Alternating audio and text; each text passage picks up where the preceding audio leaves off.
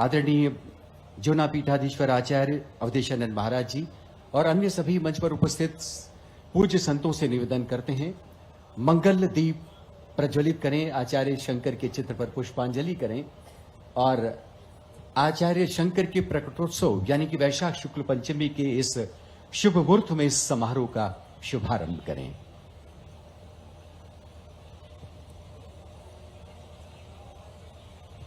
सदाशिव समारंभा शंकराचार्य मध्यमा अस्मदाचार्य पर्यन्ता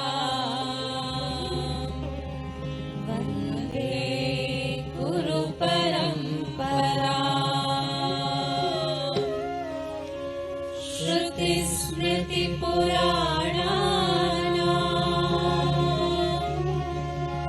आलयं करुणालयं नमामि भगवत्पादं शङ्करं लोकशङ्करम् शङ्करं शङ्कराचार्यं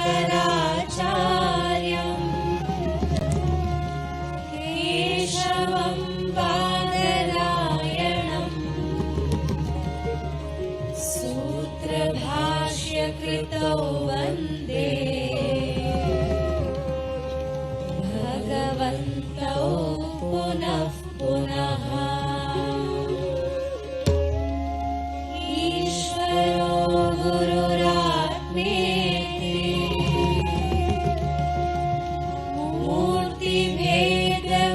मूर्तिभेदविभागिने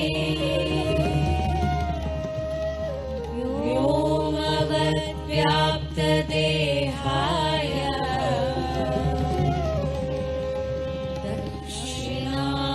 दक्षिणामूर्तये नमः। कर संगीत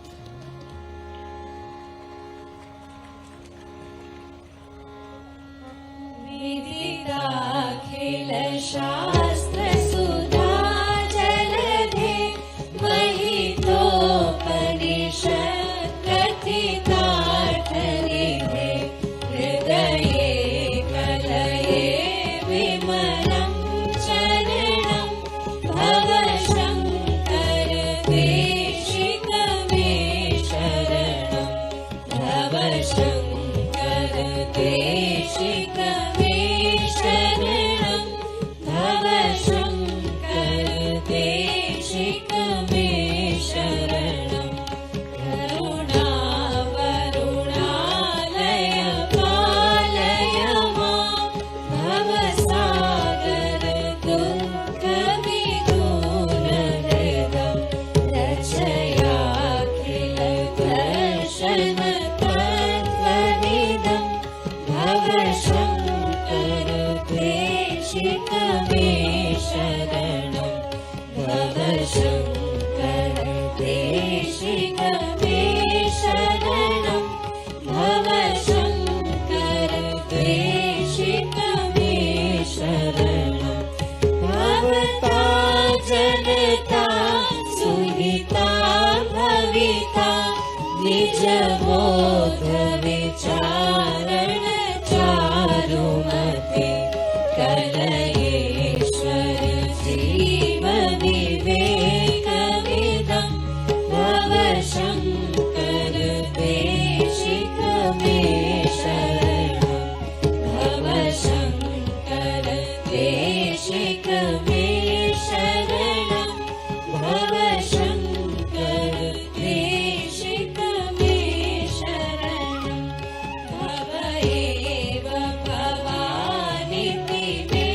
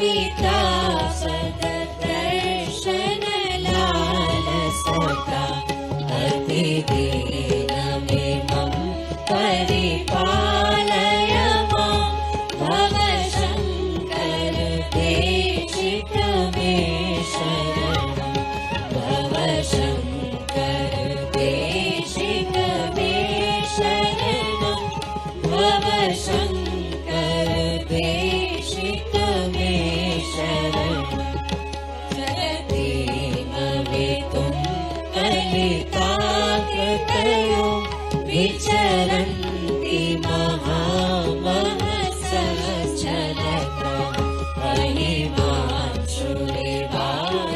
महिमांशुरिवात्रविभासि गुरो भवशङ्कर प्रेषित मे शरणं भवशङ्कर प्रेषित मे शरणं भवशङ्कर प्रेषित मे शरणं गुरुपुङ्गव पुङ्गव कीर्तनते समतामयतां नहि कोऽपि सुखी शरणागत वत्सल प्रपनिधे भवशङ्कर प्रेषित मे शरणं भवशङ्कर प्रेषित मे शरणं भवशङ्कर प्रेषित मे शरणं विदितानमया विशदैककला न च किञ्चन काञ्चनमस्ति गुरो द्रुतमेव विधेहि कृपां सहजां भवशङ्कर प्रेषित मे शरणं भवशङ्कर प्रेषित मे शरणं भवशङ्कर प्रेषित मे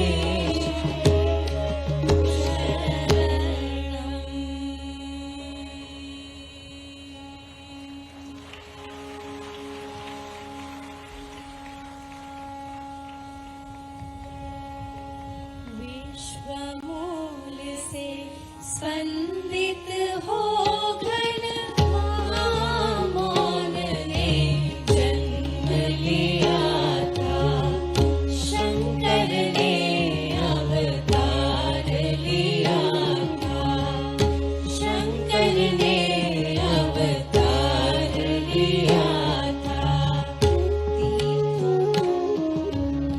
तीर्थों को करके संस्कारित मठ मंदिर करके संस्थापित जन जीवन उज्जीवित करने यति कुल का उद्धार किया था श्रुति मत का उद्धार किया था शंकर ने अवतार लिया था शंकर ने अवतार लिया था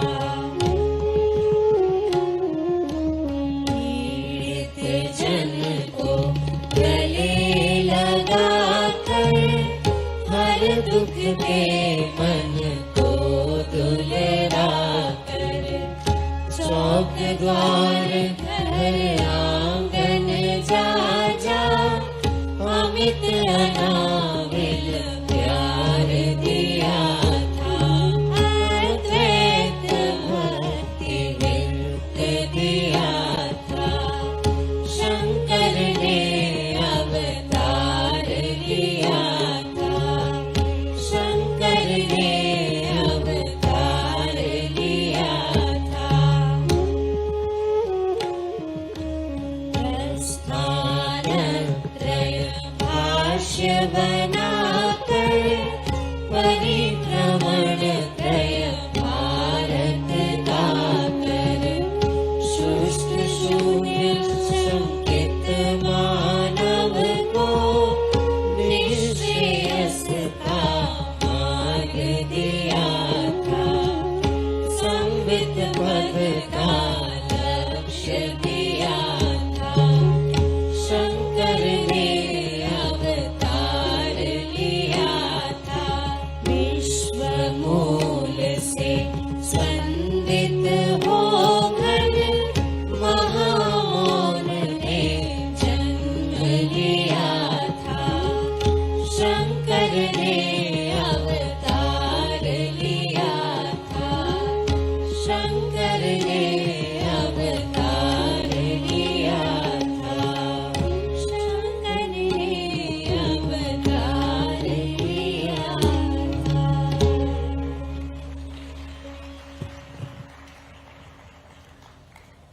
आदरणीय देवी सज्जनों, सच्चे साधक कभी भी अपनी साधना के दिन नहीं गिनते, लेकिन समय के पास, समाज के पास उनके सत्कर्मों का लेखा जोखा जरूर होता है। और एक दिन आता है जब अपनी अनन्य कृतज्ञता उनके स्मृति के प्रति, उनके अवदान के प्रति सहज ही हमें प्रेरित करती है। आज एक ऐसे ही प्रेरणा का प्रकाश जगाने वाला ये प्रकटोत्सव आचार्य शंकर की दीक्षा भूमि में परिकल्पित हो रहा है। और हमारा ये सौभाग्य है कि आज आदरणीय जूना पीठाधीश्वर आचार्य महामंडलेश्वर स्वामी अवधेशानंद गिरी महाराज जी की दिव्य उपस्थित, दिव्य सानिध्य में प्राप्त हो रहा है। हम प्रमुख सचिव संस्कृति आदरणीय श्री शिवशेखर शुक्ला से निवेदन करते हैं, कृपया मंच पर पधारें।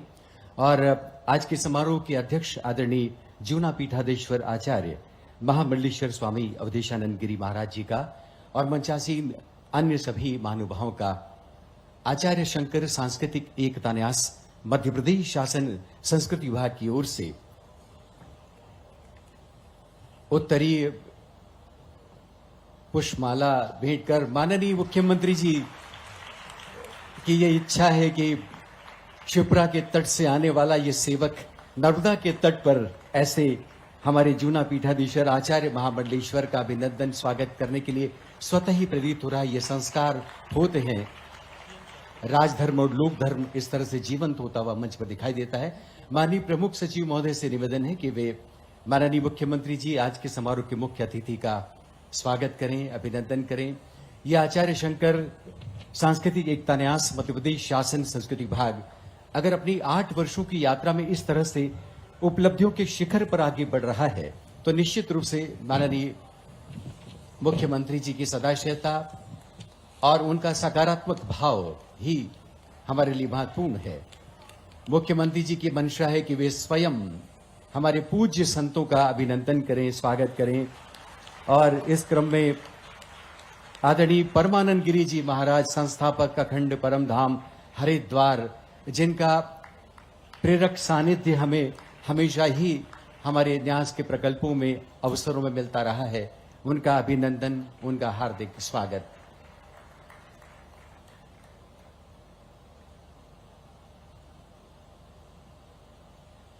जी, अन्य हमारे मंच पर उपस्थित संतों का, विभूतियों का भी स्वागत माननीय मुख्यमंत्री जी ही कर रहे हैं। ये निश्चित रूप से मध्य प्रदेश के लिए सौभाग्य है कि आज ऐसे पूज्य संत हमारे बीच उपस्थित हैं। प्रणव चैतन्यपुरी महाराज जी, परमार्थ साधक संघ वाराणसी, और इसी के साथ हम क्रमशः नाम लेना चाहेंगे आज की दिव्य उपस्थिति का। आदरणीय श्री गौरांग दास प्रभु जी, प्रसिद्ध आध्यात्मिक गुरु इस्कॉन मुंबई, स्वामी मिथिलेश नंदिनी शरण जी पीठाधीश्वर, सिद्धपीठ श्री हनुमान निवास अयोध्या,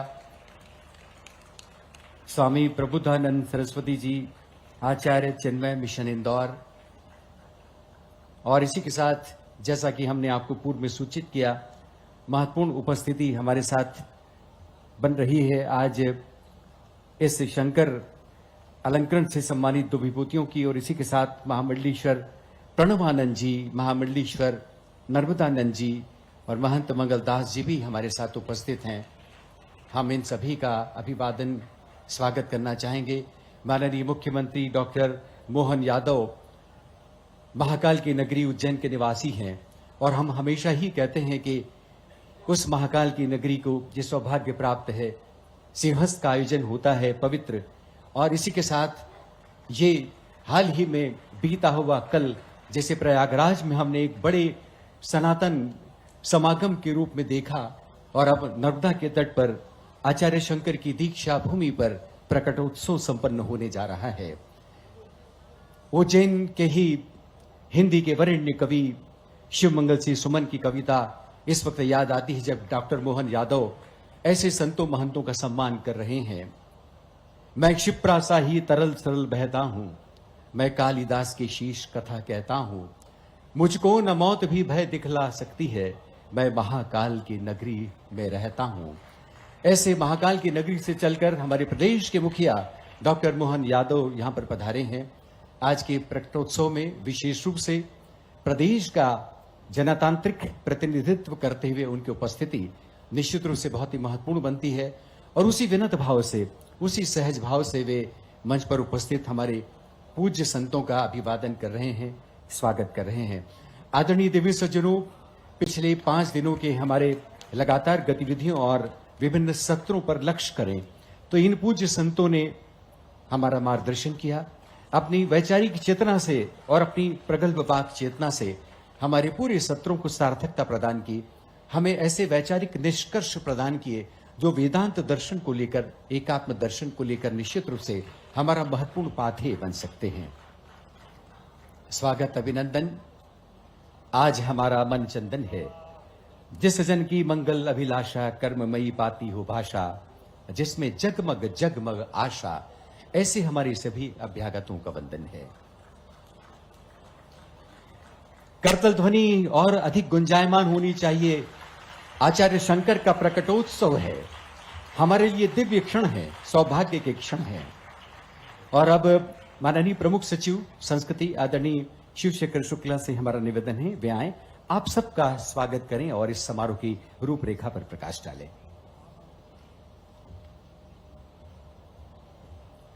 अभिवादन और स्वागत माननीय मुख्यमंत्री जी का बहुत ही समीचीन है, बनता ही है। वे जिस सहज अहोभाव के साथ इस समारोह में उपस्थित हैं, हम सब उनके मनोभाव को जानते हैं, लेकिन इस मंच पर भी उनका हार्दिक स्वागत, उनका हार्दिक अभिनंदन। प्रमुख सचिव संस्कृति आदरणीय शिवशेखर शुक्ला जी मानते हैं। और अब स्वागत उद्बोधन के लिए आदरणीय प्रमुख सचिव।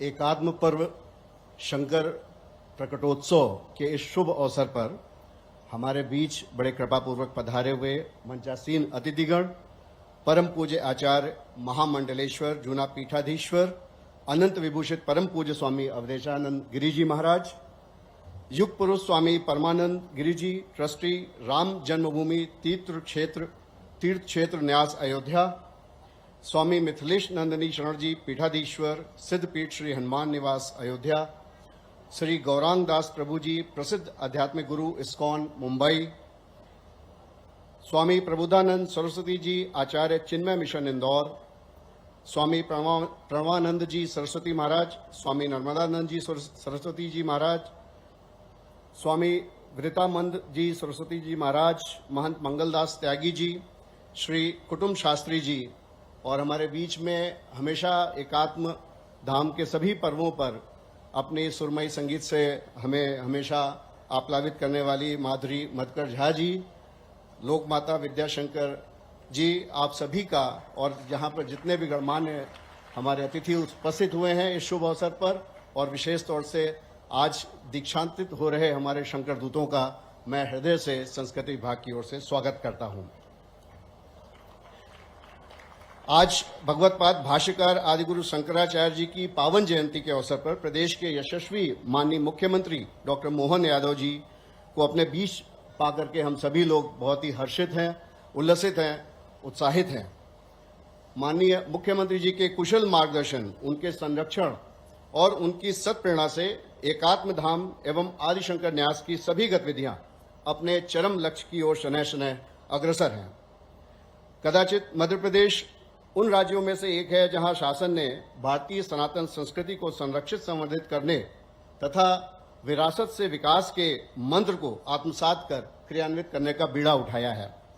माननीय मुख्यमंत्री जी अपनी इस बहुत कठिन कष्ट साध्य यात्रा के बाद आज हमारे बीच में उपस्थित हुए हैं। गत रात्रि आधी रात्रि वे इंदौर पधारे, वहां से सड़क का सफर करते हुए हमारे बीच में आए। यह उनका समर्पण दिखाता है भारतीय सनातन संस्कृति के प्रति, आचार्य शंकर के प्रति उनका प्रेम, उनकी श्रद्धा और उनकी कटिबद्धता का परिचायक है। आप सबको विदित है कि एकात्म धाम के अंतर्गत जो विभिन्न प्रकल्प चल रहे हैं वो एक एक करके अपना आकार धारण करते जा रहे हैं। हमारे समक्ष आचार्य स्वयं हमें अपना आशीर्वाद देने के लिए 108 फीट की बौद्धात प्रतिमा के रूप में, जिसको एकात्मता की मूर्ति हम कहते हैं, जिसका अनावरण 21 सितंबर 2023 को हुआ था, यहाँ पर हमें हमेशा अपना आशीर्वाद देने के लिए और यहाँ से पूरे विश्व को एकात्मता का संदेश प्रसारित करने के लिए आचार्य यहाँ पर हमारे बीच में हैं। इसी प्रकार से अन्य जो प्रकल्प हमारे हैं, एकात्म धाम के ग्लोबल सेंटर फॉर वननेस के रूप में, वैश्विक केंद्र के रूप में स्थापित करने के लिए अद्वैत लोक शंकर संग्रहालय, अद्वैत वेदांत दर्शन के अध्ययन और अध्यापन के लिए आचार्य शंकर अंतर्राष्ट्रीय अद्वैत वेदांत संस्थान, इन सभी के प्रकल्पों पे बहुत तेजी से काम चल रहा है और बहुत शीघ्र आप पाएंगे कि इन प्रकल्पों के माध्यम से पूरे विश्व में एक नया संचार क्रांति यहाँ से जाएगी। आचार्य शंकर के जीवन योगदान और अद्वैत वेदांत दर्शन के विभिन्न विषयों पर प्रतिमाह शंकर व्याख्यान माला का आयोजन किया जाता है, जिसमें अद्वैत वेदांत दर्शन के विद्वान साधु संतों और सन्यासियों के व्याख्यान होते हैं। इसी क्रम में अभी तक कर रहे हैं, ये विशेष कार्यक्रम आयोजित किया जा रहा है, आपको जिसका सीधा प्रसारण हम दिखा रहे आचार्य हैं। महामंडलेश्वर अवधेशानंद गिरि जी, माननीय मुख्यमंत्री डॉक्टर मोहन उनकी विरासत को, उनकी दिव्य उपस्थिति को याद करें।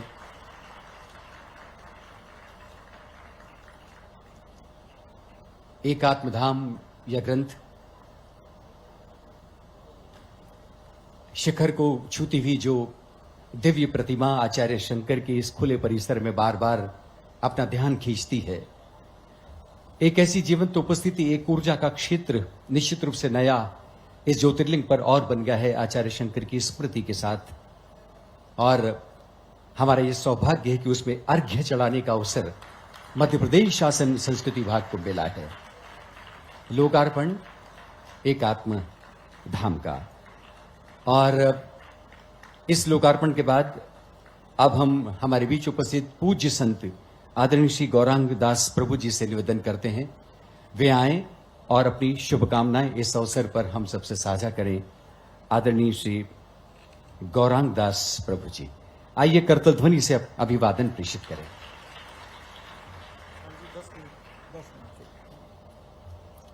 ओम अज्ञानतिमिरन्दस्य ज्ञानाञ्जनशलाकया चक्षुरुन्मिलितं येन तस्मै श्री गुरवे नमः। मंच पर उपस्थित आचार्य महामंडल भौतिक आध्यात्मिक त्रिविधताप से परेशान हैं और कष्ट भुगत रहे हैं। आज पूरा विश्व 3 प्रमुख संघर्षों से जूझ रहा है। लोग पूछते हैं कि भाई आध्यात्म से समस्याओं का समाधान होता है या फिर और समस्याएं बढ़ती हैं, क्योंकि इतना मतभेद हम देख रहे हैं भिन्न भिन्न पंथों के बीच। विश्व के लगभग 800 करोड़ जन सामान्य में 31% क्रिश्चियन, 23% मुसलमान, 15% हिंदू, 8.5% बौद्ध, और उनके विभिन्न विचार और उसके अंतर्गत भी बहुत सारे कई पंथों के बीच मतभेद जब चलता है, कलह उठता है, तब फिर लोगों के मन में प्रश्न उठता है कि भाई ये इतना कंफ्यूजन है कि समझ में नहीं आता वास्तविकता क्या है। तो मैं उत्तर देता हूं कि देखिए, हमें समझना चाहिए कि पूरे विश्व में अस्पतालों की आवश्यकता तो होती है और अस्पताल से शारीरिक स्वास्थ्य कायम होता है। Hospitals treat the body. तो उसी प्रकार मन के विकारों से मुक्त होने के लिए, मन की बीमारी को दूर करने के लिए जो अस्पताल तैयार किया गया उसको कहते हैं मंदिर, जो मन का अस्पताल है। और भारत में लगभग 60-70 हजार अस्पताल है, लेकिन 20 लाख के ऊपर मंदिर हैं। तो इसलिए समझना चाहिए कि हमारा परम सौभाग्य है कि ऐसे सनातन धर्म परंपरा में हम लोग आए हैं। हाँ, हो सकता है एलोपैथी कुछ बोल रहा हो, नेचुरोपैथी कुछ बोल रहा हो, होम्योपैथी कुछ बोल रहा हो, लेकिन सबका निष्कर्ष एक ही है कि कैसे शारीरिक पीड़ा दूर करें। वैसे ही भगवान श्री कृष्ण भगवद गीता में कहते हैं, जितात्मन प्रशांतस्य परमात्मा समाहिता शीतोष्ण सुख दुखेषु तथा मानापमानयोः। किस प्रकार हम इस मन के विकारों से मुक्त होकर इन विचारों के माध्यम से विवेक शक्ति उत्पन्न करें, और जब विवेक शक्ति उत्पन्न करें तब जाके व्यक्ति का निर्माण होता है, और जब व्यक्ति का निर्माण होगा तब व्यवस्था सुधरेगी, और तब जाकर हम समझ सकते हैं कि कैसे ऐसे सकारात्मक आध्यात्मिक विचारों का परिणाम होता है कि व्यक्ति परिवर्तन, विचार परिवर्तन। आज पूरे विश्व में 3 प्रमुख समस्याएं जिसके ऊपर मैं संक्षेप में वर्णन करूंगा। पहला है लैक ऑफ सेल्फ कंट्रोल, संयम की कमी। जब कंट्रोल नहीं होता तो आज हम देख रहे हैं कि विश्व भर में 30 करोड़ के ऊपर लोग ड्रग्स का उपयोग कर रहे हैं। उसमें से लगभग 3 करोड़ लोग ड्रग्स के एडिक्ट बन चुके हैं और अल्कोहल पीने के कारण प्रतिवर्ष 30 लाख लोगों की समय से पूर्व मृत्यु होती चली जा रही है। अमेरिका में स्टैटिस्टिक्स है कि 47% adults have become addicts of some form और द अदर। और सबसे बड़ा कारण जब लोगों को पूछा जाता है कि आप अपने लक्ष्य को क्यों प्राप्त नहीं कर पाए, तो कहते हैं lack of self control, lack of will power.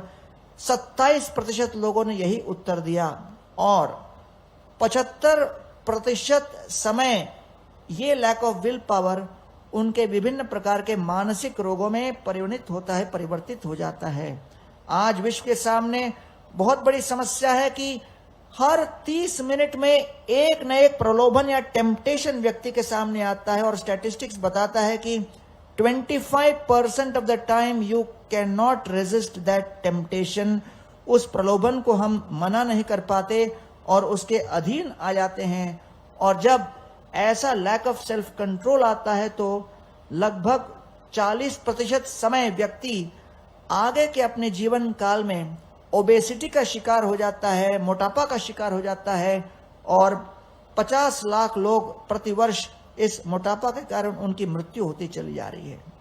दूसरी बहुत बड़ी प्रॉब्लम जो कि भगवत गीता में भगवान कहते हैं अर्जुन को 5वें अध्याय में, विद्या विनय संपन्ने ब्राह्मणी गविहस्तिनी शुनि चैव स्वपाके च पंडित समदर्शिना। सभी के अंदर भिन्नता है, 84 लाख योनियां है, लेकिन सबके अंदर वो आत्मा विद्यमान है, परमात्मा विद्यमान है। कैसे हम उस एकता को देख सकें? आज विश्व के सामने सबसे बड़ी दूसरी समस्या है कॉन्फ्लिक्ट्स। पहला मैंने बताया कंट्रोल, दूसरा है कॉन्फ्लिक्ट। और आज स्टैटिस्टिक्स ये बता रहा है कि केवल अमेरिका के अंदर केवल जॉब सीन में एम्प्लॉयमेंट के समय जो व्यक्ति नौकरी पे जाता है 85% समय वो देख रहा है कि कोई ना कोई कॉन्फ्लिक्ट की घड़ी है और 30% अधिकांश समय वो उसी में लगा हुआ है। अमेरिका मात्र में 3 घंटा हर हफ्ते व्यक्ति का केवल इस कॉन्फ्लिक्ट को, कलह को सुलझाने में लग जाता है और इसका टोटल कॉस्ट 3,300 करोड़ का आ जाता है। आज 3 से 7 वर्ष की आयु के परिवारों में, जैसे 3 से 7 वर्ष के बच्चे हैं अमेरिका में, केवल वहां 8 बार 1 घंटे के अंदर उनका कलह देखा गया है और 1 in 4 US adults are estranged from their family। अपने परिवार से वो अलग हो चुके हैं। मैं अमेरिका के एक प्रोग्राम में गया था, कॉलेज कैंपस में लेक्चर के लिए। एक सामने अमेरिकन नवयुवक मेरे सामने आकर इंग्लिश में बोलने लगा, हिंदी में बोलने लगा। अमेरिकन नवयुवक को हिंदी में बोलता हुआ देखकर मैंने कहा, भाई आप तो लगते हो अमेरिकन, हिंदी कैसे बोलते हो? तो कहता है कि मैं जब 17 वर्ष का था मैंने अपने पिताजी को कहा कि मुझे अपने जीवन में सब कुछ दिया, इतना सब कुछ धन दिया, लेकिन परिवार का सुख नहीं दिया, क्योंकि जब मैं 2 वर्ष का था आपका डाइवोर्स हो चुका था। तो अब बताइए मैं पारिवारिक सुख का अनुभव कैसे करूं? आज विश्व में खतरनाक स्थिति है। लग्जमबर्ग जैसे कंट्री में 88% डिवोर्स रेट है, स्पेन में 65% डिवोर्स रेट है, फ्रांस में 55% डिवोर्स रेट है, रशिया में 51% डिवोर्स रेट है, अमेरिका में 46% डिवोर्स रेट है, ग्लोबल डिवोर्स रेट 44% है, लेकिन पूरे विश्व का सबसे कम डिवोर्स रेट भारत में है, ओनली 1%। तो उसके पिताजी के कहने पर वो भारत आए और किसी वाराणसी में जाकर किसी घर पर पेइंग गेस्ट बोर्ड लगा था, तो उनका जाके कहते हैं मुझे पारिवारिक संस्कार क्या है इसका अनुभव करना है, क्योंकि भारत के सनातन धर्म सभ्यता और संस्कृति ने परिवारों को जोड़ के रखा है, उसे अनुभव करने के लिए मुझे 2 साल पेइंग गेस्ट बना के रखेंगे तो हर महीने में 1 लाख रुपए रेंट दूंगा पेइंग गेस्ट का। केवल 2 साल के लिए रहना है, केवल पारिवारिक अनुभव करने के लिए। वो परिवार बोले केवल 2 साल क्यों, जिंदगी भर रहो। और आपके दूसरे भी मित्र हो जिनको अनुभव करना हो, उनको भी बुला लेते हैं। तो वास्तव में आज धर्म ही एक ऐसा तत्व है जो लोगों को जोड़ सकता है। A family which prays together stays together. Lack of self control, conflicts और तीसरा क्लाइमेट चेंज। विश्व भर में प्रति वर्ष लगभग 11 मिलियन टन प्लास्टिक समुद्र में डाला जा रहा है। ये 30 मिलियन टन के ऊपर 2040 तक होने वाला है। 2.2 बिलियन विश्व में लोग जल के अभाव में हैं और 7 मिलियन डेथ्स पर एनम केवल वायु के प्रदूषण के कारण हो रहा है। तो कहने का तात्पर्य यह है कि जिस गति से लोगों के आत्म संयम समाप्त हो रहा है, कंट्रोल खत्म हो रहा है, जिस प्रकार कॉन्फ्लिक्ट्स बढ़ रहे हैं, कलह बढ़ रहा है, और जिस प्रकार क्लाइमेट चेंज या पर्यावरण बुरी तरह विषम होता जा रहा है, हमारे पास बहुत अधिक ऑप्शंस नहीं हैं। चाहे हम किसी भी मत के क्यों न हो, हम इस बात को समझें कि आचार्य शंकर जी ने हमको ईश्वर, जीव, प्रकृति, काल, कर्म, ये पंच तत्व के आधार पर जो सभी सनातन धर्म के सभी पंथों को, वैदिक वाङ्मयों को एक साथ जोड़ता है, उसके आधार पर यही संदेश दिया है कि हम सद्भावना और समन्वय बनाए रखें।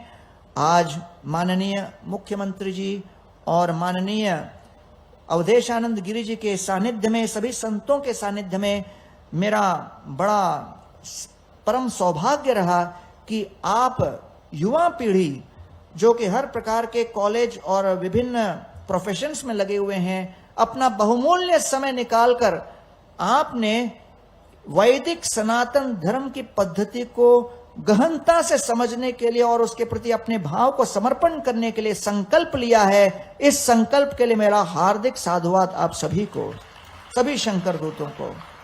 डॉक्टर मनीष पांडे और जो सचिव साहब जो भी आए थे, उनका भी मैं बहुत साधुवाद करना चाहता हूं कि आपने प्रशासन की ओर से इतना समर्थन दिया है वैदिक सनातन धर्म को आगे बढ़ाने के लिए।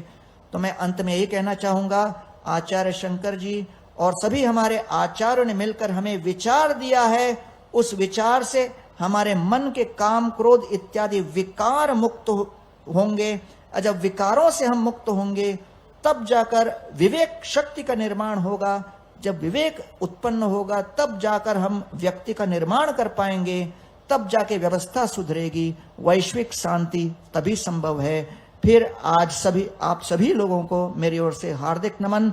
अंतर्राष्ट्रीय कृष्ण भावना संघ इस्कॉन की ओर से फिर माननीय मोहन यादव जी को बहुत बहुत धन्यवाद आपके समर्थन और साधुवाद के लिए। हरे कृष्ण।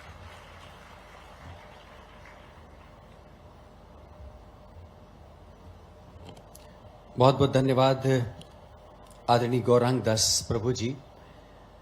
एक और उपस्थिति बहुत ही महत्वपूर्ण हमारे बीच बन रही है स्वामी मिथिलेश नंदिनी शरण जी की। ये शंकर की भूमि है और वे आए हैं राम की भूमि से, अयोध्या से। सुंदर संयोग घटित हो रहा है। हम बहुत ही मानपूर्वक स्वामी मिथिलेश नंदिनी शरण जी, पीठाधीश्वर सिद्धपीठ श्री हनुमान निवास अयोध्या को आपके बीच आमंत्रित करते हैं।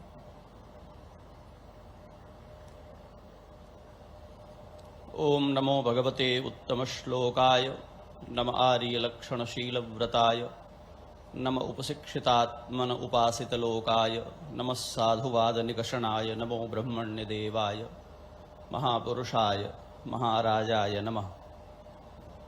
सीतानाथ समारंभां रामानंदार्य मध्यमां अस्मदाचार्य पर्यन्तां वंदे गुरु परंपरां। श्रुतिस्मृतिपुराणानाम् आलयं करुणालयं नमामि भगवत्पादशंकरं लोकशंकरम्। एकात्म पर्व में भगवत्पाद शंकराचार्य के प्राकट्य के पावन पर्व को लक्ष्य कर यहाँ इस भव्य समारोह में इस सत्र में मंच पर अध्यक्ष के रूप में विराजमान परम श्रद्धेय आचार्य महामंडलेश्वर जूना अखाड़े के पूज्य पीठाधीश्वर अनंत श्री स्वामी श्री अवधेशानंद गिरी जी महाराज और जिनको यह सौभाग्य प्राप्त है, जैसे भारतवर्ष को ये गौरव प्राप्त है कि विश्व भर में अभी पूज्य गौरांग प्रभु ने चर्चा की अलग अलग धर्मों के अनुयायी किन प्रतिशत में हैं। ये सभी प्रतिशत, ये सभी नंबर्स उस समय अपनी अर्थवत्ता प्रश्नों के घेरे में ला देते हैं जब हम ये देखते हैं कि धरती पर कहीं किसी भी धर्म और दर्शन में ये क्षमता विकसित नहीं हुई है कि वह परमात्मा को अपना सहचर, अपना साथी और अपने आसपास अनुभव कर सके। केवल भारतवर्ष को ये गौरव प्राप्त है कि उसके धर्म दर्शन की परंपरा ने हमें ये विश्वास दिया है कि ईश्वर सातवें आसमान पर बैठा हुआ हाकिम, शास्ता, दंडाधिकारी नहीं है। वह हमारा सखा है, हमारा अपना है और हमारा ही रूप है या हम उसका ही रूप हैं। यह केवल भारतवर्ष ने हमें दिया है, ये गौरव भारतवर्ष को प्राप्त है। जैसे केरल को ये गौरव प्राप्त है कि महाभारत की विभीषिका के बाद धर्माभास से ग्रस्त हुए युग को एक सार्वभौम आचार्य को जन्म देकर पूरे भारतवर्ष में श्रुतिस्मृति पुराण की सनातन धर्म की परंपरा को प्रतिष्ठित किया गया और भगवत्पाद शंकराचार्य हमारे सम्मुख आए। ऐसे मध्य प्रदेश को ये गौरव प्राप्त है कि इस ओंकार शिखर पर वह सार्वभौम आचार्य अपने स्वाध्याय की, अपनी विद्याभिलाषा की प्रेरणा लेकर के दक्षिण भारत से चलता है और यहाँ आकर मानधाता पर्वत पर उसे अपने आचार्य की प्राप्ति होती है। यह गौरव मध्य प्रदेश को प्राप्त है कि विश्व भर ने जिसके अद्वैत के प्रसाद के सम्मुख नतमस्तक होकर उसको स्वीकार किया है, उन आचार्य के आचार्य की स्थिति मध्य प्रदेश के इस मानधाता पर्वत पर इस मध्य प्रदेश के मुख्यमंत्री माननीय मोहन यादव जी, मंच पर विराजमान जिनके व्यक्तित्व कृत्व को पूरे भारत ने स्वीकारा है, सराहा है, युग पुरुष स्वामी परमानंद जी महाराज, जिन दो विभूतियों का आज यहाँ उनके महार्घ अवदान के लिए अभिनंदन किया जाना है, ऐसे पूज्य स्वामी विदितात्मानंद जी और आदरणीय वी कुटुंब शास्त्री जी, मंच पर विराजमान सभी पूज्य संत चरण, सम्मुख विराजमान सभी मान्य मनीषियों के श्री चरणों में मैं दंडवत प्रणाम निवेदित करता हूं। यहाँ सम्मुख विराजमान सभी शंकर दूत, आप सबके प्रति अपना अहोभाव निवेदित करते हुए भगवत्पाद शंकराचार्य के प्राकट्य पर्व पर प्रार्थना करता हूं कि आपका शंकर दूत होना वैसे ही इस लोक को धन्य कर दे जैसे श्री हनुमान जी ने श्री राम दूत होकर किया है। वे श्री हनुमान हैं जिन्होंने इस लोक में दूत का महात्म्य ऐसा कर दिया है कि महान प्रयोजन, महान लक्ष्य लेकर, जैसे श्री राम दूत होने के कारण उनका दौत्य ही वंदनीय है, अभिनंदनीय है, ऐसे श्री शंकर दूत बनकर आप वह प्रकाश विश्व के सम्मुख प्रकट कर सकें जो प्रकाश पावन पूर्णा, पुण्य सलीला पूर्णा के तट से एक रश्मि की धारा बनकर के उमड़ा है और नीचे की ओर बहने वाली नदियों के क्रम में ऊपर की ओर बहने वाली एक नदी हमें दिखाई पड़ती है और वह अद्वैत की धारा है जो पूर्णा के तट से निकलकर ओंकारेश्वर के पर्वत तक आई है। मैं मां नर्मदा को प्रणाम करते हुए कुछ एक बातें आपके सम्मुख रखता हुआ, कम समय में यहाँ अनेक महापुरुष विराजमान हैं, उनकी वाणी का प्रसाद हम सबको मिलना है। एक बार इस पूरे आयोजन के लिए समग्र रूप से अपना सद्भाव, अपनी प्रसन्नता व्यक्त करते हुए इस अवसर पर भगवत्पाद शंकराचार्य के चरणों में अपना नमन निवेदित करते हुए एकात्म धाम की इस परियोजना के प्रति अपना आह्लाद व्यक्त करते हुए आप उपस्थित लोगों में एक बात मैं ध्यान में लाना चाहता हूं। भगवान ने श्रीमद् भगवद गीता में एक बात कही, जब जब धर्म की ग्लानि होती है मैं अवतरित होता हूं। जब धर्म की ग्लानि होती है, शास्त्र दूसरी जगह ये कहते हैं, अधर्म सीधे सीधे धर्म के सम्मुख कभी नहीं होता, उसका अनिष्ट नहीं कर सकता। उसकी भिन्न भिन्न शाखाएं हैं जो प्रकट होती हैं, और 5 शाखाओं का निरूपण करते हुए उनमें से एक शाखा है आभास। धर्म के स्थान पर कोई धर्माभास उपस्थित होता है और उसकी चिकित्सा कठिन होती है, क्योंकि अधिकांश जो धर्म की निष्ठा रखने वाले हैं उसे धर्म जैसा ही अंगीकार भी कर लेते हैं। कहां आभास है और कहां वस्तु तत्व है, इस बात का विवेक ही शिथिल होता है। ऐसी परिस्थिति में उस आभास को निरस्त करके वस्तुतः धर्म की प्रतिष्ठा करने की अपेक्षा होती है। महाभारत युद्ध को जब हम देखते हैं और उसमें अर्जुन के प्रश्न देखते हैं, जहां एक ओर वे कहते हैं कि युद्ध करने से मेरे धर्म का नाश होगा, स्वजनों की हत्या का दोष मुझ में होगा, वहीं दूसरी ओर वो कहते हैं कि प्रभु यदि युद्ध होगा तो उस विभीषिका का एक दुष्परिणाम यह होगा कि कुल धर्म नष्ट हो जाएंगे, जो वैदिक परंपरा है, श्रुति की आचार की परंपरा है, वो नष्ट हो जाएगी और नष्ट हुए आचार में किसी विचार की प्रतिष्ठा करना संभव नहीं होगा। ये संकट महाभारत से होगा। श्रीमद् भगवद गीता में इसका प्रत्यक्ष उत्तर दिखाई नहीं देता, महापुरुषों ने अपने अपने ढंग से इसका समाधान किया है। हम ध्यान से देखते हैं तो ये प्रभाव हमें महाभारत काल के बाद दिखाई पड़ता है, और उस आभास को निरस्त करने के लिए जो धर्म के नाम पर ही प्रसृत हुआ था किंतु धर्माभास था, उस धर्माभास को निरस्त करते हुए विशुद्ध रूप से वेद प्रणहितो धर्म ह्यधर्मस्तद विपर्ययः को सिद्ध करते हुए भगवत्पाद शंकराचार्य का आविर्भाव हुआ। और एक ऐसा आचार्य जिसने आचार्यत्व उपलब्ध करके उपदेश किया हो ऐसा नहीं है। आप जब देखते हैं शंकराचार्य जी की जीवन लीला तो आपको दिखाई पड़ता है कि जब वे विद्यारंभ के लिए प्रस्थान करते हैं, मानो तब से ही उनका उपदेश प्रारंभ हो जाता है कि जो विद्या की यात्रा है, जो गुरु की सन्निधि में जाने की यात्रा है, ये ऊपर की ओर जाने की यात्रा है, और इसलिए दक्षिण से उत्तर की ओर चलते हुए दिखाई पड़ते हैं। यदि आप आचार्य होकर अपनी कोई कक्षा निर्मित करना चाहते हैं तो पहले आपको किसी आचार्य की कक्षा में अपने को प्रवेश कराना होगा। इसलिए सारे शास्त्रों के जो एकमात्र आगार हैं, केंद्र हैं, भगवत्पाद शंकराचार्य, उन्होंने जैसे हम भगवान श्री राम कृष्ण की विद्याध्ययन की लीला पढ़ते हैं, ऐसी एक लीला का विस्तार उन्होंने किया। दक्षिण से चलकर उत्तर तक की यात्रा करके यहां आकर के आचार्य का अनुसंधान करके गोविंद भगवत्पाद की शरण में जब वे बैठे तो केवल इसलिए नहीं कि वेदांत के शास्त्र के सिद्धांत यहीं मिल सकते थे, कदाचित इसलिए भी कि संपूर्ण भारत, अखंड भारत किस प्रकार एक ही ज्ञान परंपरा में अनुस्यूत है उत्तर से दक्षिण तक, लोक को इसका भी संदेश जा सके। और यहां से जो उन्होंने अपनी यात्रा प्रारंभ की है, मैं विस्तार में नहीं जाऊंगा, उन्होंने जो अवदान हमको दिया है उसको देखते हुए कोई संप्रदाय, कोई एक सिद्धांत भगवत्पाद शंकराचार्य के अवदान को परिभाषित नहीं कर सकता। उनके बाद की कोई ऐसी परंपरा नहीं है जो उनसे उपकृत और उनका प्रसाद लिए हुए दिखाई नहीं पड़ती है। सारे दर्शन, सारे सिद्धांत, और मैं इस तरह भी कहता हूं, इन दिनों एक शब्द बहुत प्रचलित है, भारतीय ज्ञान परंपरा। अभी उस पर बहुत बातचीत हो रही है और सरकारों में विशेष रूप से हो रही है। उसके धोखे में एक IKS भी बना दिया गया है इन दिनों, इंडियन नॉलेज सिस्टम करके। तो जो भारतीय ज्ञान परंपरा है, यदि उसको हमें ठीक ठीक पहचानना है और किसी एक आचार्य में पहचानना है तो भगवत्पाद शंकराचार्य उसके एकमात्र प्रमाण हैं।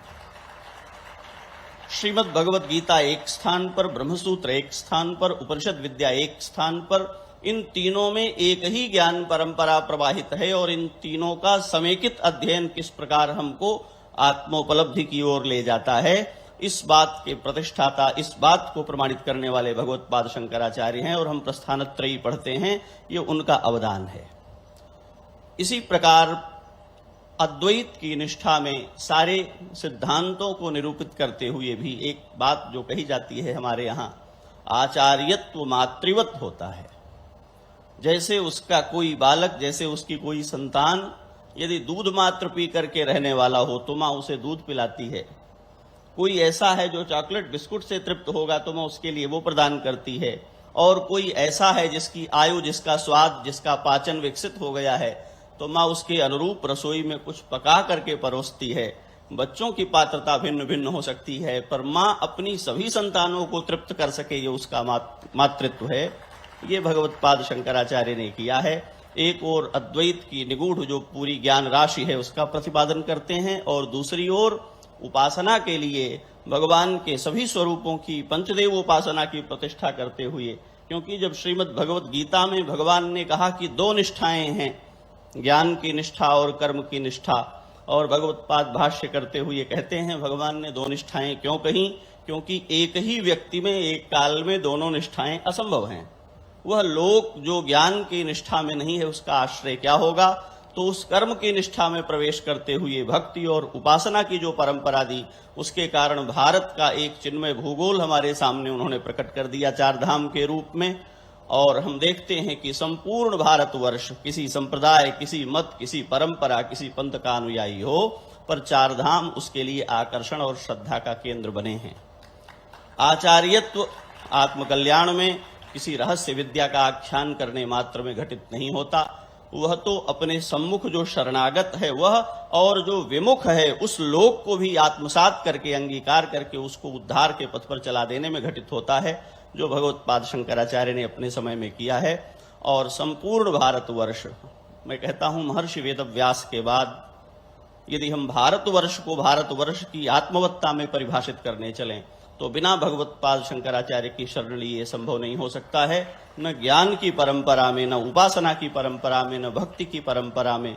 इसलिए हम चाहे श्री राम भुजंगम पढ़ते हों, चाहे सौंदर्य लहरी पढ़ते हों, चाहे उनके द्वारा प्रणीत दूसरे स्तोत्र पढ़ते हों, चाहे कुछ भी उनकी एक पंक्ति का कहीं हम आश्रय लेते हैं, तो जो उनका आचार्यत्व है और जो उनका सार्वभौम आचार्यत्व है, उसकी छाया हमें दिखाई पड़ती है।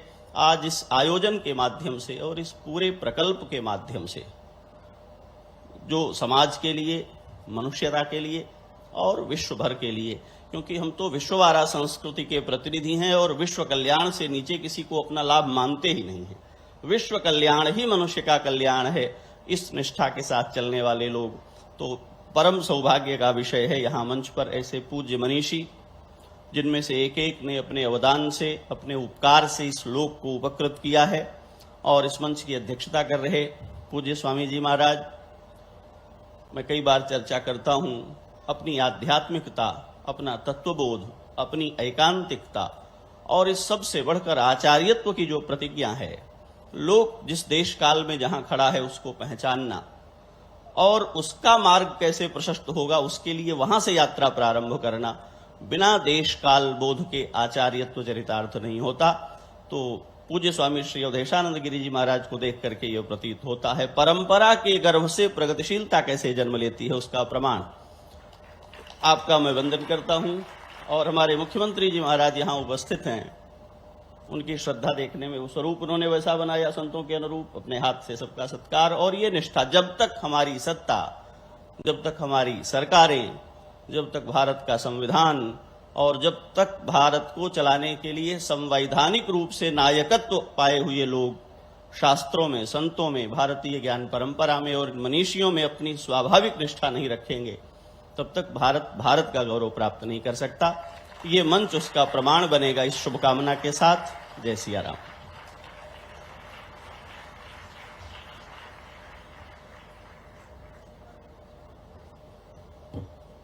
भारती मनीषा और आचार्य शंकर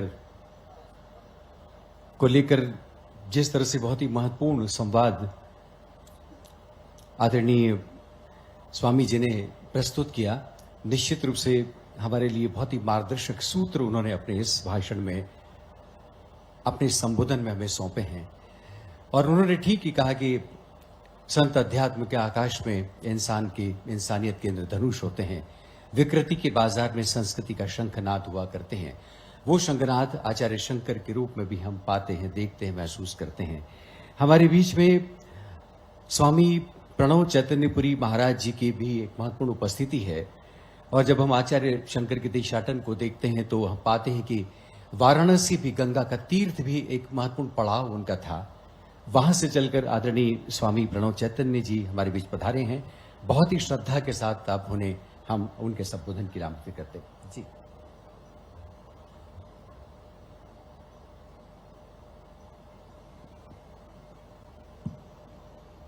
हरिओम।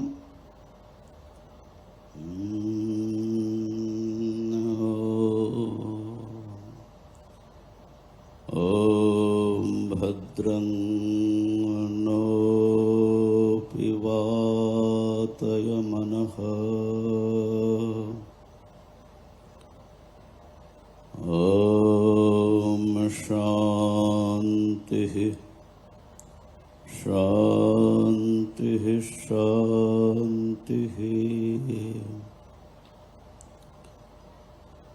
भवयेव भवानिति मैं नितरां समजायत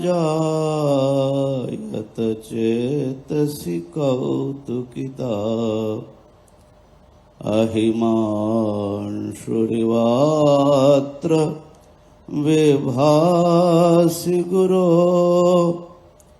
भवशंकर देशिक मैं शरणं भवशंकर देशिक मैं शरणं।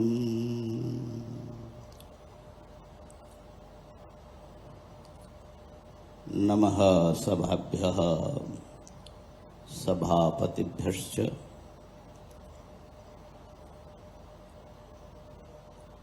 इस जगत के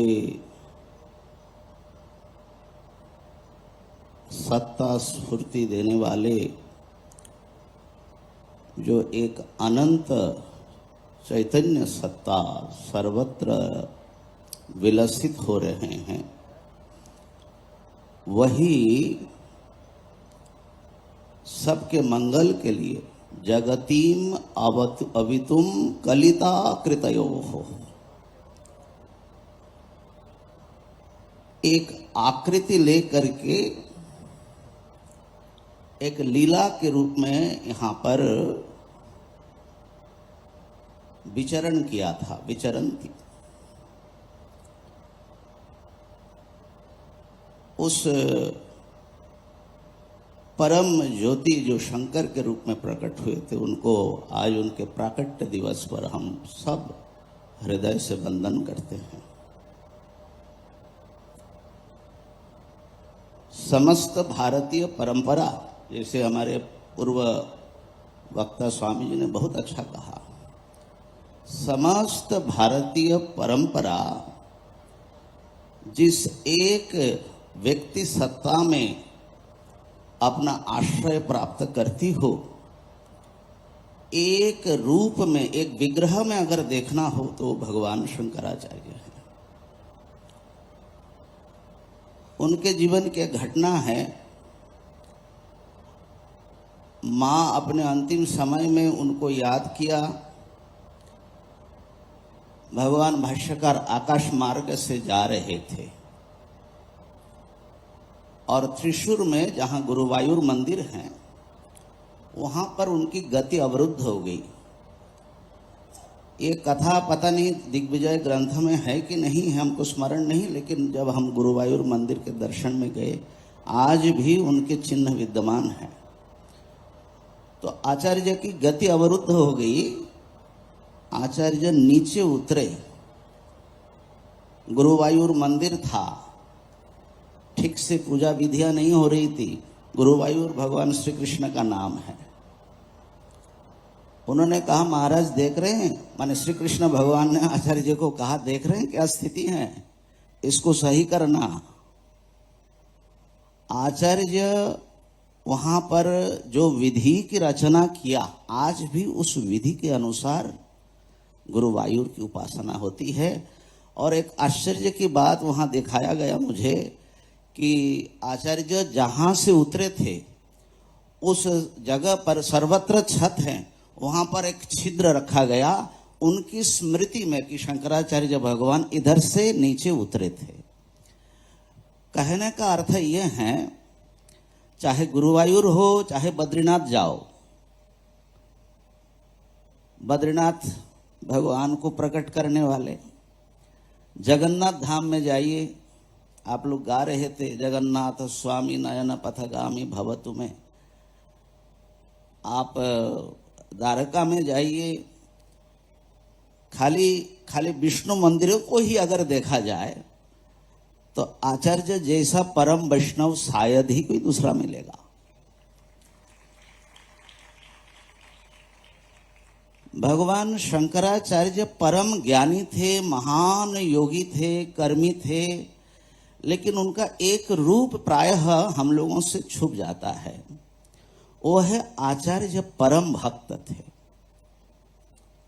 और उनकी भक्ति अनंत की भक्ति थी। देखिए, जितने भी हमारे परम आदरणीय गौरंगा दास जी ने गिनाया कि किस प्रकार धर्मीय तो नहीं कहेंगे, माने रिलीजियस ग्रुप में कॉन्फ्लिक्ट है। कारण क्या है? कारण यह है कि वो अपने ही उपास्य को, अपने उपास्य के विशिष्ट आकृति या कॉन्सेप्ट को सबके उपास्य बनाना चाहते हैं, और ये कभी न हुआ है न होगा। लेकिन भगवान शंकराचार्य जी ने जो सूत्र दिया अद्वैत के रूप में, हालांकि वो हमारे परंपरागत सूत्र हैं, वेदों में भी एक परमात्मा का अनेक रूपों में स्तुतियां हैं, संहिता भाग में भी देखेंगे। पुराण काल में भी वेदव्यास जी के द्वारा यह प्रयास हुआ, इसीलिए सभी तत्कालीन प्रचलित उपासनाओं का स्थान है। और उसके बाद सबसे महत्वपूर्ण दार्शनिक और आध्यात्मिक प्रयास भगवत्पाद शंकराचार्य के द्वारा हुआ है। तो उनकी भक्ति की विचित्रता, गहराई, चाहे उनके भाष्य से हो चाहे स्तोत्र से हो, देख लेंगे तो उनके परम भक्त होने में कोई संदेह नहीं बचेगा। बचपन से ही उनको 3 परंपरा से भक्ति प्राप्त थी। एक तो उनकी कुल देवता भगवान श्री कृष्ण थे, माँ पूजा करती थी। आज भी आप कालड़ी जाएंगे तो आदि शंकर के द्वारा पुनः, वो पूर्णा नदी के गर्भ में विलीन होने वाले थे, उनको पुनः उन्होंने प्रतिष्ठित किया, और श्री कृष्ण के आदेश पर। एक कथा हमने आपको सुनाई। और शिव भक्ति से ही आचार्य का जन्म हुआ। जहां वरकुनाथ पास में ही है, वहां पर भी शंकराचार्य जी के पहचान है।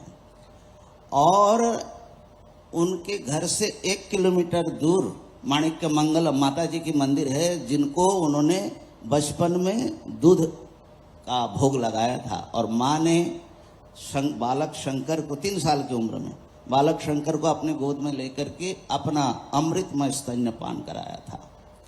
तो शिव भक्ति, कृष्ण भक्ति माने विष्णु भक्ति और देवी भक्ति, ये तो उनको बचपन से प्राप्त थे।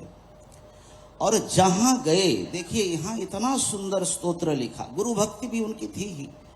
नर्मदा मैया के आज भी लाखों करोड़ों लोग आचार्य के शब्द में अपने भाव को प्रकट करते हैं। त्वदीय पाद पंकजम नमामि देवी नर्मदे, है ना।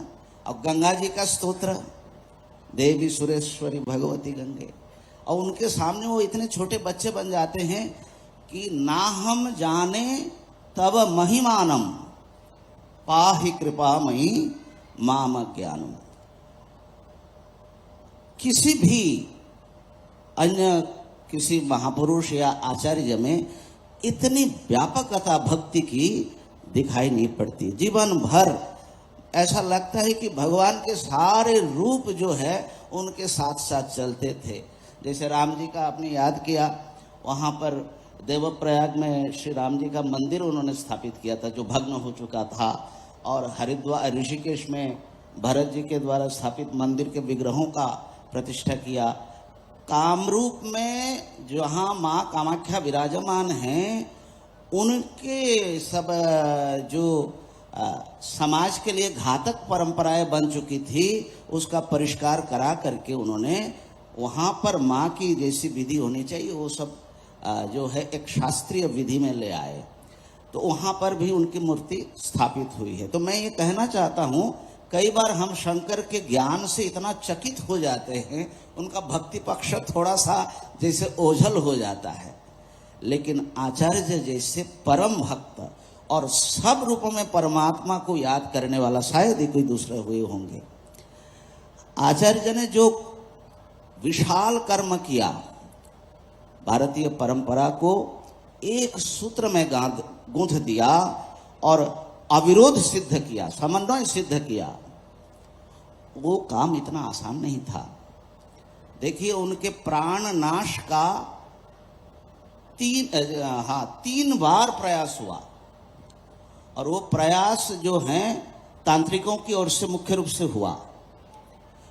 एक बार जो अभिनव गुप्त थे, ऐसा, अब वो प्रसिद्ध अभिनव गुप्त नहीं होंगे ऐसा, क्योंकि उनका काल तो बहुत अलग है, लेकिन आचार्य पर अभिचार क्रिया का प्रयोग किया था और उनको ऐसा रोग हो गया था कि प्राणांत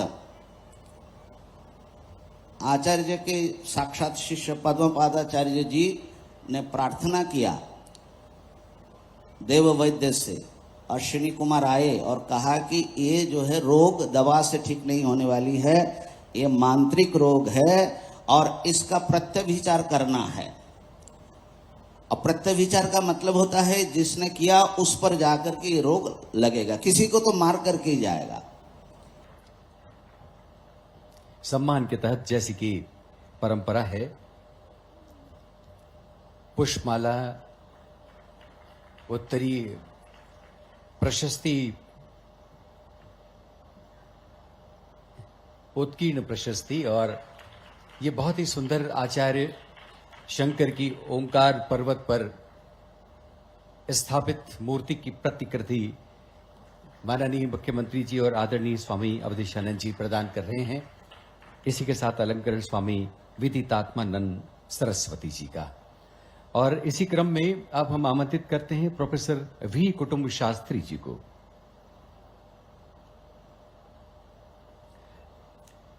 आदरणीय प्रोफेसर वी कुटुंब शास्त्री जी वेदांत दर्शन को लेकर, भारतीय सांस्कृतिक चिंतन को लेकर उनके योगदान को उनके प्रशस्ति पाठ में स्वामी जी ने रेखांकित किया। आदरणीय स्वामी अवधेशानंद गिरी जी महाराज, माननीय मुख्यमंत्री जी संयुक्त रूप से प्रोफेसर वी कुटुंब शास्त्री जी को शंकर सम्मान अलंकरण भेंट कर रहे हैं।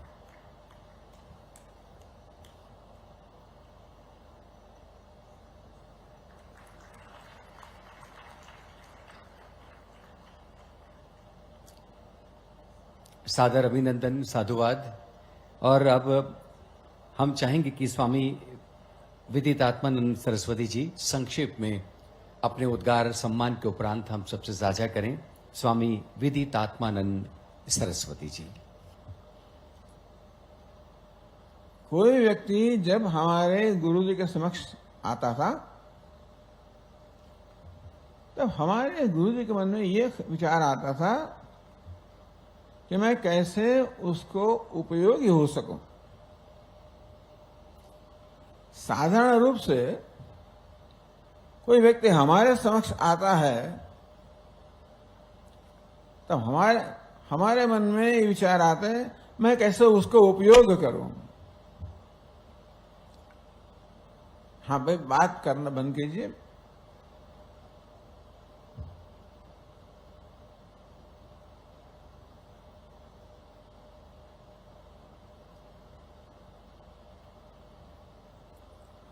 हम दूसरों से प्लीज स्टॉप टॉकिंग।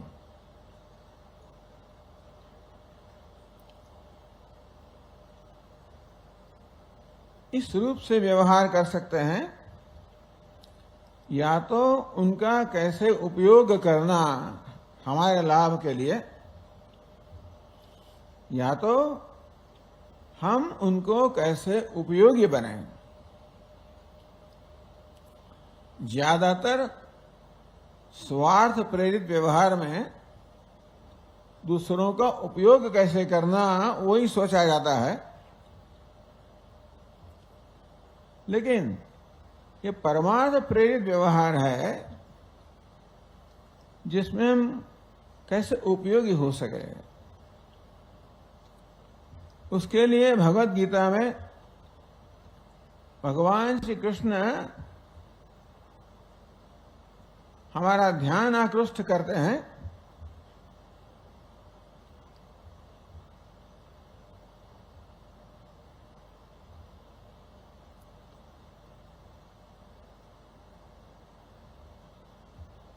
कि जब हम प्रकृति के प्रति हमारा ध्यान एकत्रित करते हैं, जब एक बात नजर में आती है, आपने ये सुभाषित सुना ही होगा, परोपकाराय विभाति सूर्यः परोपकाराय वहन्ति नद्यः परोपकाराय फलन्ति वृक्षाः परोपकार सदैव कार्यहम्। आपने सुना है कभी? इस सुभाषित में कहा गया कि सूर्य परोपकार के लिए ही प्रकाशित होता है, अपना प्रकाश परोपकार के लिए देता है। ये नदियां जैसे नर्मदा, देवी नर्मदा परोपकार के लिए ही अपना जल बहाती है। ये वृक्ष परोपकार के लिए अपने फल देते हैं।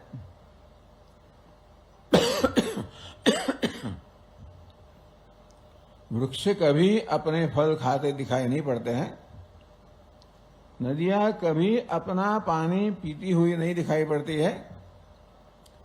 ये सर्व परोपकार के लिए ही अपना जीवन व्यतीत करते हैं। हम जहां भी नजर करें कुदरत में, प्रकृति में,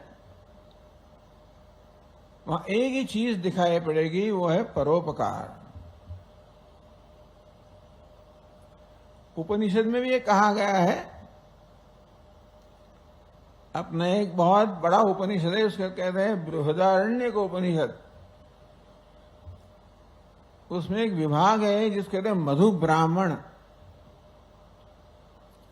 उसमें बहुत सुंदर वर्णन है कैसे प्रकृति के भिन्न भिन्न तत्व एक दूसरों पर उपकार करते हैं, स्वयं उपकार प्राप्त करते हैं और अन्य पर उपकार करते हैं। तो आपको जीवन में एक चीज यदि याद रखनी है तो ये है परोपकार। लेकिन आप कहेंगे स्वामी जी हम परोपकार करेंगे तो लोग हमारा लाभ उठाएंगे, हमको लूट लेंगे, हमारा क्या होगा? हम अन्य के ऊपर उपकार करेंगे तो हमारा क्या होगा? हमको क्या मिलेगा?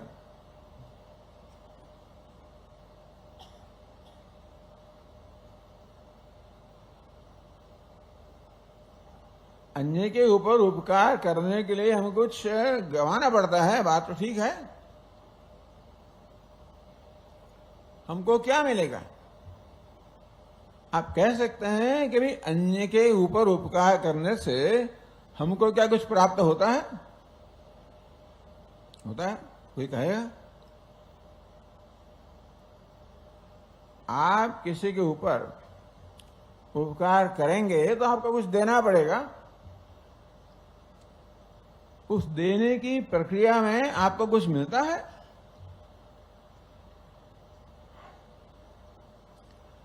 आपने कभी अपने मित्र को कुछ मदद की हो,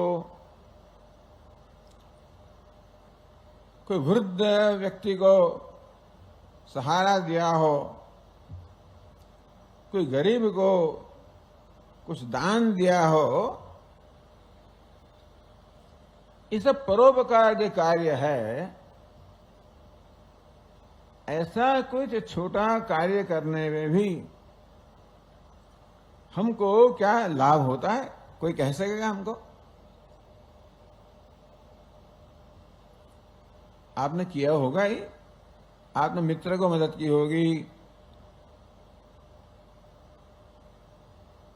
और माता को, पिता को, भाई बंधु को कुछ न कुछ मदद की होगी, की है ना? नहीं की है? ये ऐसा है तो उसका अर्थ हाँ कहना।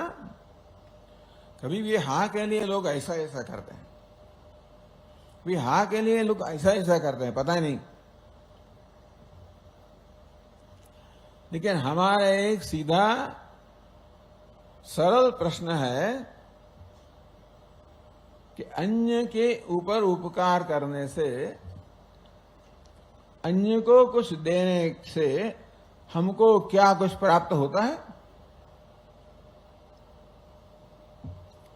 आपने कभी अनुभव किया है? अंग्रेजी में कहें वन एक्ट ऑफ काइंडनेस, करुणा सबर एक छोटा कार्य है, इससे आपको कोई तृषित व्यक्ति दिखाई पड़ता है और आप उसको पानी का एक गिलास देंगे तो आपको कुछ लाभ होता है?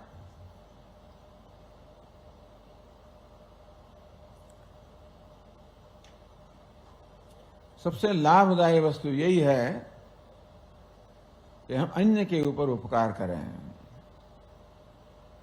प्रकृति में सब तत्व अन्य के उपकार करते हैं, परोपकार करते हैं। हमारे जीवन में ये मूल्य होना चाहिए, परोपकार का मूल्य होना चाहिए। बाहर से ऐसा दिखाई पड़ेगा कि परोपकार करने से हमको कुछ गंवाना पड़ता है, भौतिक स्तर पर कुछ गंवाना पड़ता है, लेकिन आंतरिक स्तर पर कुछ प्राप्त होता है। कोई कह सकेगा हमको, आपने कभी किसी को छोटी भी कोई मदद की है तो आपको क्या अनुभव होता है? ठीक है, चलो भाई, ये लोग सुनने के मूड में तो है ही नहीं, बहुत देर हो गई है, तो हम कहेंगे कि जो एक ही मूल्य रखना, परोपकार, कैसे अन्य को हम उपयोगी हो सकें, उससे हमारा आंतरिक विकास होगा। हमें बहुत सी उत्कृष्टता हमारे हृदय में है, सब उत्कृष्ट मूल्य है, दया, करुणा, क्षमा, ये सब हमें है। ये हमारी उत्कृष्टता का आविर्भाव करने के लिए ये एक मूल्य है परोपकार। और जितने अंश में हमारी उत्कृष्टता का आविर्भाव होगा उतने अंश में हमको आनंद होगा। आनंद कोई बाहर से आने की वाली चीज नहीं है, आनंद तो अंदर से उसका आविर्भाव करना है।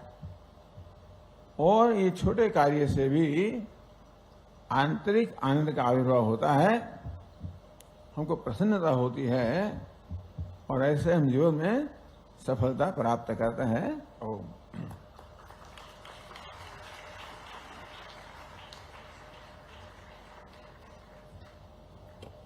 धन्यवाद स्वामी जी। और अब हम आचार्य शंकर सम्मान से अलंकृत हमारी दूसरी विभूति प्रोफेसर वी कुटुंब शास्त्री से भी निवेदन करते हैं कि वे भी आएं और संक्षेप में अपने उद्गार हम सबसे साझा करें।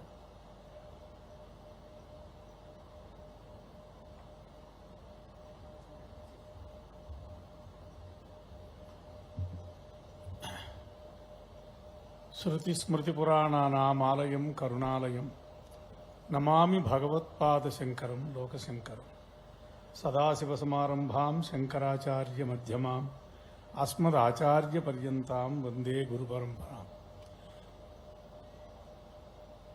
बहुत ही सीमित समय में इस अमृतमय क्षण को वर्णन करना भी बहुत मुश्किल काम है। आज के दिन इतना पावन दिन है जो शंकर जयंती हम मना रहे हैं यहाँ, और जो मात्र एक सन्यासी माना जाए और उनके जन्मदिन को मानने के लिए इतनी भारी आयोजन, उस संदर्भ में मध्य प्रदेश जैसे राष्ट्र के मुख्यमंत्री अपना समय निकाल के इधर पधारे हैं। उतना नहीं, आज ये मंच को आप देखेंगे, इतने एक एक विभूति, जैसा परम पूजनीय अवधेशानंद गिरी महाराज जी हो, परमानंद जी महाराज जी है, और मिथिलेशानंद जरण जी, मैं नाम कैसा लूं, छोड़ दूं, समय कम हो रहा है, ताप बढ़ रहा है।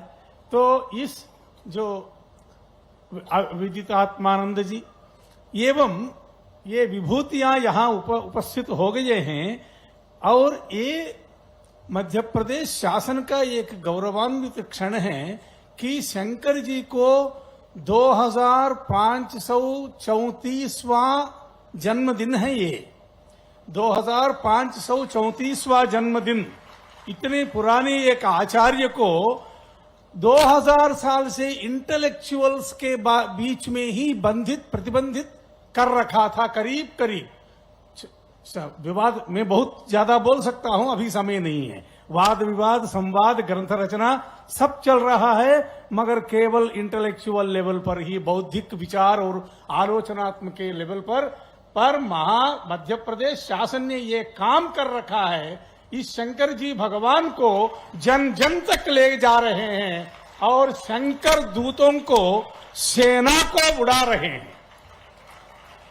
अब मिथिलेशानंद जी शरण जी महाराज ने जो बोले हैं, शंकर जी वो जो होते हैं वो राम जी है, राम भक्त है, जो राम जी है वो शंकर भक्त है, और जैसा वैसा दोनों बराबर एक ही है, दो नहीं है। ऐसा ही आप सब लोग शंकर दूत, रामदूत भी है।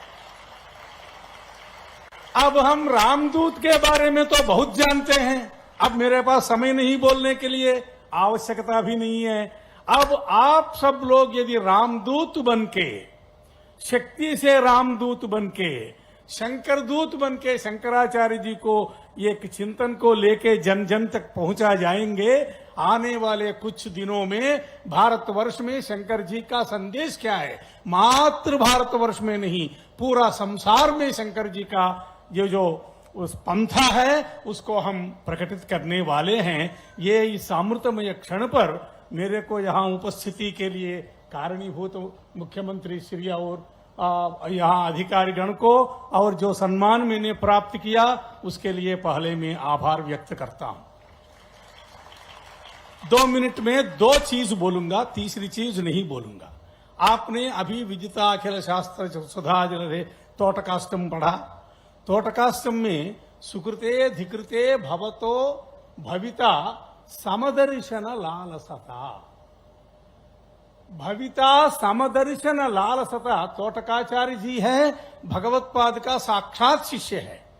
साक्षात शिष्य होते हुए आचार्य जी को अभी दूसरे श्लोक को उदाहरण किए हैं पुरी जी महाराज जी, वो भवयेव भवानिति और हर गुरु पुंगव पुंगव केतना, ये दोनों श्लोकों में वो भगवान शंकर जी से हमारे शंकराचार्य जी को अभेद का साक्षात्कार किए हैं तोटकाचार्य जी ने, उसको उल्लेख होता तो तीसरा श्लोक में हमें ये एक मार्ग का दर्शन करता है जो मध्य प्रदेश शासन शुरुआत किया है। वो काम ये तोटकाचार्य जी ने ही हमको मार्गदर्शन कर रहे हैं। क्या कर रहे हैं तोटकाचार्य जी? भवतो भवता समदर्शन लालसता। समदर्शन, सारा संसार में जो एकता को देखने का जो लालसता, एक लालसता, एक लालू एक लगाव है, उसको आपसे ही होने वाला है, ये तोटकाचार्य जी ने बोले हैं। और यही मध्य प्रदेश का आज ध्येय करके हम हर एक आदमी को तक अद्वैत को ले जा रहे हैं।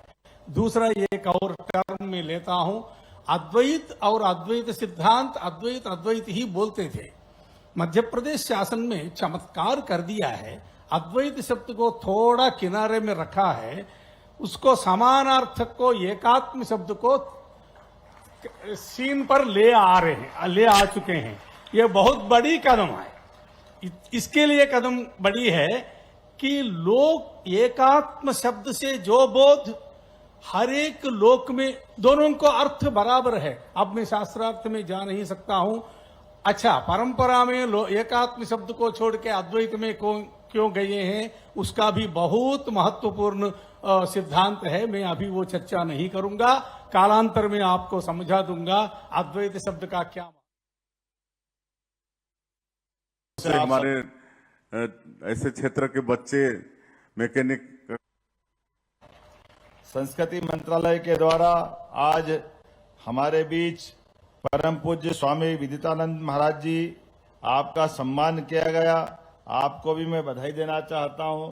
और सच में 1973 में MBA अमेरिका से करने के बाद आपने एक अलग दुनिया में प्रवेश किया।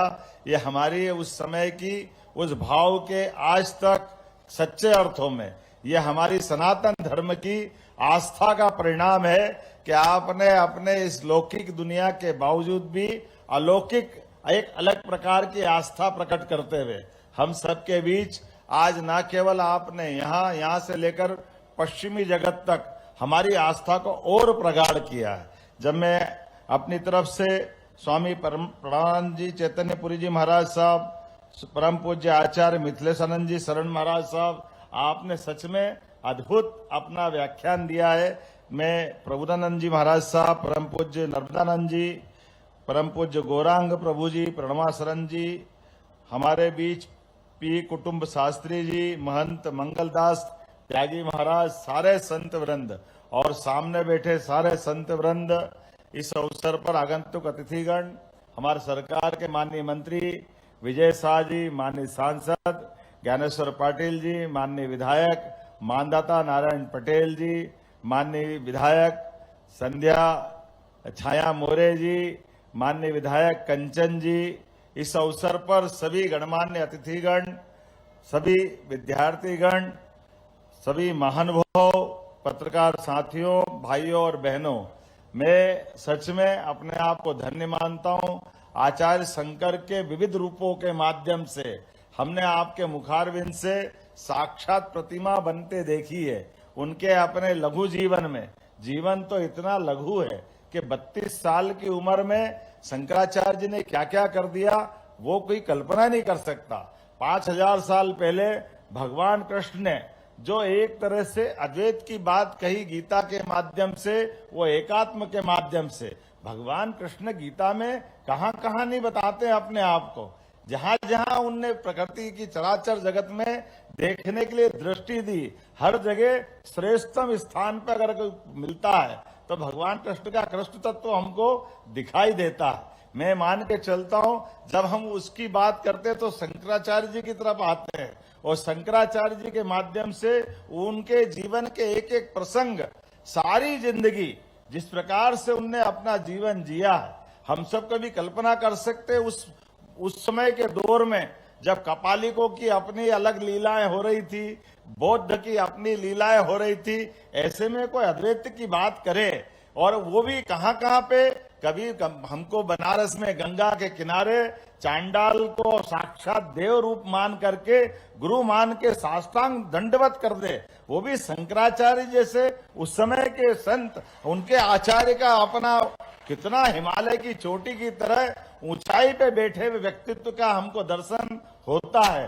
तभी हमको दिखता है एक विधवा विलाप करती हुई शव के साथ बैठी हुई वो बहन, जो शव के बारे में शंकराचार्य जी को चेतना से, हमारी शाक्त परंपरा से परिचय कराती है कि भाई शव अपने आप हट जाएगा, हटा लो तुम्हारे एक मत, ब्रह्म के माध्यम से एहसास कराती है कि ये जो हमारे अंतर्मन का जो द्वंद्व है, ये संसार का जो विलाप है, ये माँ भगवती की कृपा है, बगैर शक्ति के कैसे संभव हो सकता है। वो शक्ति का परिचय भी आचार्य भगवान हमको कराते हैं। वो है आज के इस दौर में बदलते परिदृश्य में यशस्वी प्रधानमंत्री के नेतृत्व में भगवान का आशीर्वाद है। हमको मालूम है शंकराचार्य ने दंडी स्वामी के रूप में भी शक्ति की जो आराधना की है, आज के इस काल में इसकी आवश्यकता भी है।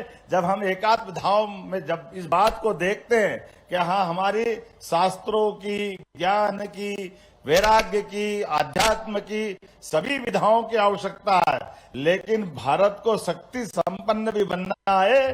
तो शक्ति संपन्न बनने में महाराज आप तो अखाड़े की परंपरा से आते हैं और जूना अखाड़े से आते हैं, और मैं जूना अखाड़े से ही महाराज हमारे बीच सभी संतों की उस परंपरा को देख रहा हूं जो हमारे सिंहस्थ है, कुंभ है, इनके माध्यम से भी हमारे धर्म के लिए लोगों ने अपने प्राण नागा सन्यासी के रूप में धर्म की स्थापना करने के लिए, प्राण न्योछावर करने के लिए शस्त्र के साथ शास्त्र की परंपरा दोनों का अद्भुत तालमेल किया है। उसकी आज आवश्यकता है।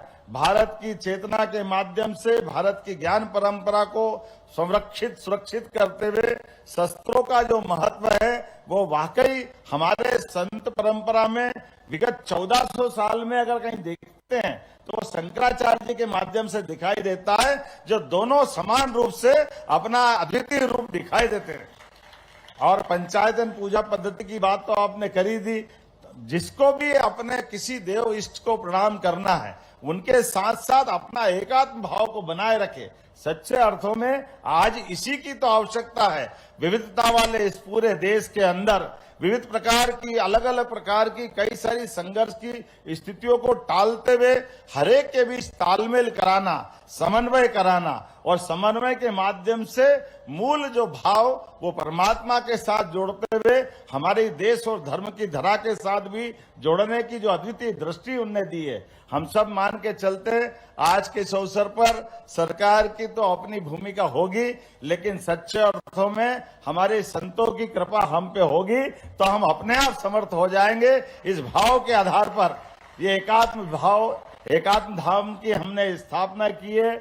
मैं अपने पूर्ववर्ती मुख्यमंत्री माननीय शिवराज सिंह जी चौहान और यशस्वी प्रधानमंत्री श्रीमान नरेंद्र मोदी जी के इस भाव को प्रणाम करता हूं कि हमारे लिए आज अयोध्या में अगर भगवान श्री राम मुस्कुरा रहा है तो उसका आनंद भी हमको आ रहा है, उसका एहसास हमको हो रहा है कि वास्तव में 500 साल का संघर्ष आज फलीभूत जब होता है तो देश के अंदर सत्ता के ऊपर बैठने के बाद सत्ता के सत्ताधीश का भाव भी अंतर्मन और भाई में कोई अंतर नहीं होना चाहिए। इसलिए हम जब सबको प्रणाम करने की ताकत रखते हैं, सबको हम अपने साथ लेके चलने की बात करते हैं, तो हम अपने सनातन धर्म को भी नहीं छोड़ सकते।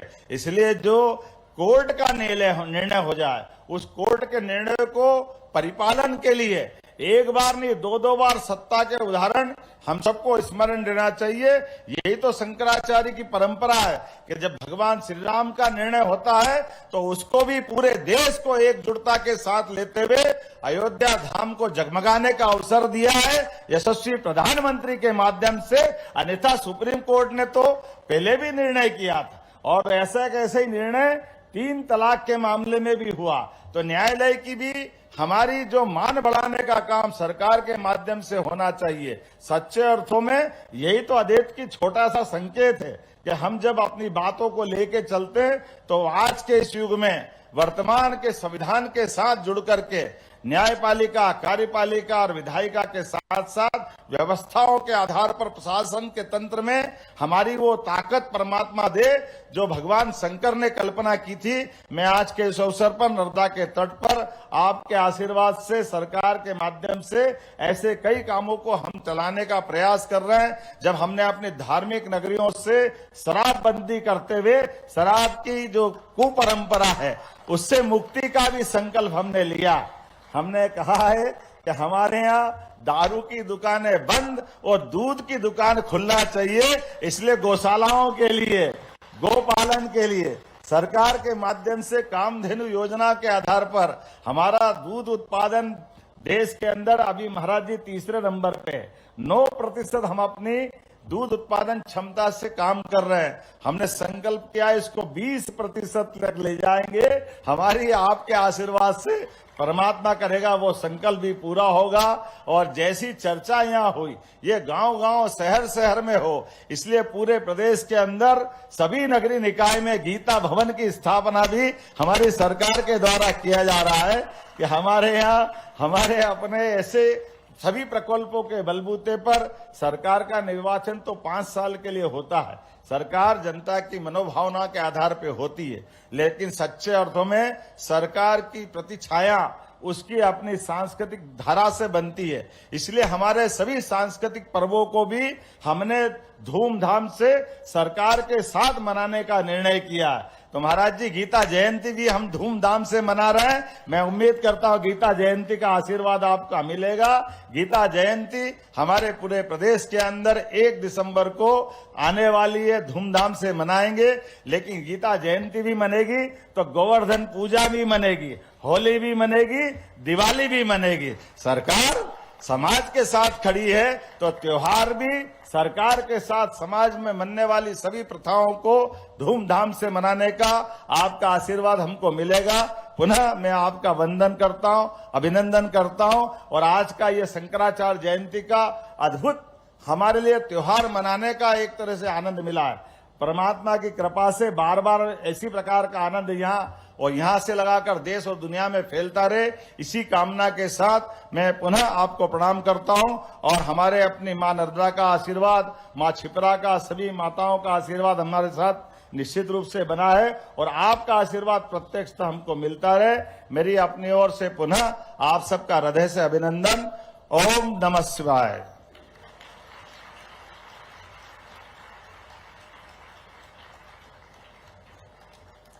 नव गति नव लय ताल छंद नव नवल कंठ नव जलद बंद रहो। बिल्कुल नई नई सी उम्मीदें जगाते हुए और सबको साथ में लेकर प्रधानमंत्री जी का जो उद्घोष है, सबका साथ सबका विकास और सबका प्रयास, और इस पूरी की पूरी सामूहिक इच्छा शक्ति के साथ मध्य प्रदेश के सर्वांगीण विकास के लिए कृत संकल्प माननीय मुख्यमंत्री जी का बहुत ही ऊर्जावान उद्बोधन हमने सुना। हम आभारी हैं माननीय मुख्यमंत्री जी के, आदरणीय जूना पीठाधीश्वर आचार्य महामंडलेश्वर स्वामी अवधेशानंद गिरी जी महाराज हमारे बीच, आदरणीय स्वामी परमानंद गिरी जी महाराज, स्वामी प्रणव चैतन्य जी, आदरणीय स्वामी